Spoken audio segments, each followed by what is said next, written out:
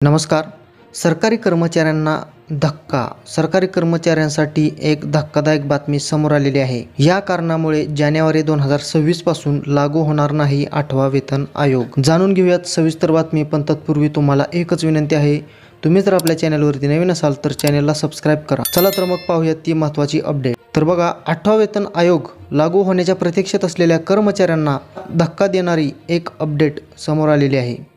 आगामी वर्षामध्ये अर्थात 2026 पासून 8वा वेतन आयोग लागू होऊ शकतो अशी शक्यता वर्तवली जात होती.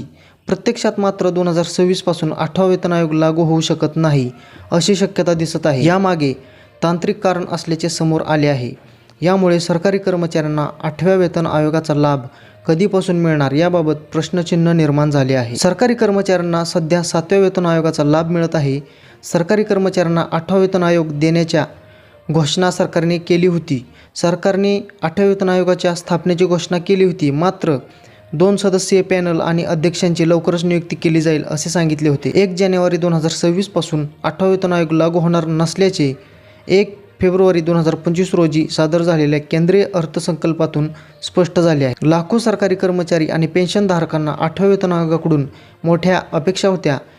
अर्थमंत्री निर्मला सीतारामन यांनी त्यांच्या केंद्रीय अर्थसंकल्प 2025 मध्ये वेतन आणि पेन्शन सुधारणेसाठी एक रोडमॅप आणि अर्थसंकल्पीय वाटप जाहीर करावे अशी त्यांची अपेक्षा होती, पण तसे झाले नाही.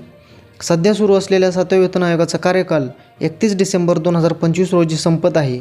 त्यामुळे 1 जानेवारी 2026 पासून 8वा वेतन आयोग लागू होईल असा अंदाज वर्तवला जात होता, परंतु सरकारने या अर्थसंकल्पात त्यासाठी कोणतीही तरतूद केलेली नाही. यामुळेच 2026-27च्या अर्थसंकल्पातच त्यासाठी तरतूद केली जाणार असल्याचे संकेत मिळत आहेत. 8व्या वेतन आयोगाच्या शिफारशी तयार आणि अंतिम करण्यासाठी किमान 1 वर्ष लागू शकते. 2025-26च्या केंद्रीय अर्थसंकल्पात 8व्या वेतन आयोगाशी संबंधित कोणत्याही खर्चाचा हिशोब नाही, कारण वेतन आयोगाचा अहवाल अंतिम होण्यासाठी आणि मंजूर होण्यासाठी किमान 1 वर्ष लागू शकते. अर्थ मंत्रालयाने यासाठी संरक्षण मंत्रालय, गृह मंत्रालय आणि कार्मिक प्रशिक्षण विभागाकडून सूचना मागवल्या आहेत. या विभागांकडून सूचना मिळाल्यानंतरच आयोगाचे काम औपचारिकपणे सुरू होईल.